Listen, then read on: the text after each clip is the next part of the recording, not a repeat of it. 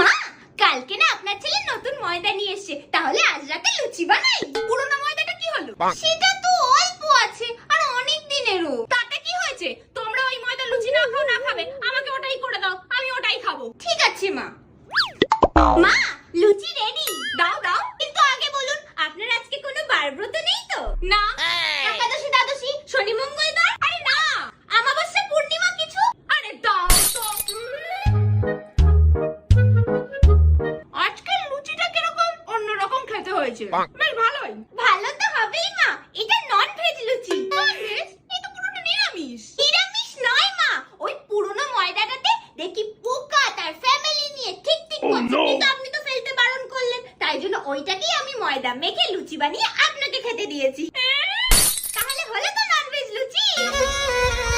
सारी उम्र मैं जो कर जा पड़िया।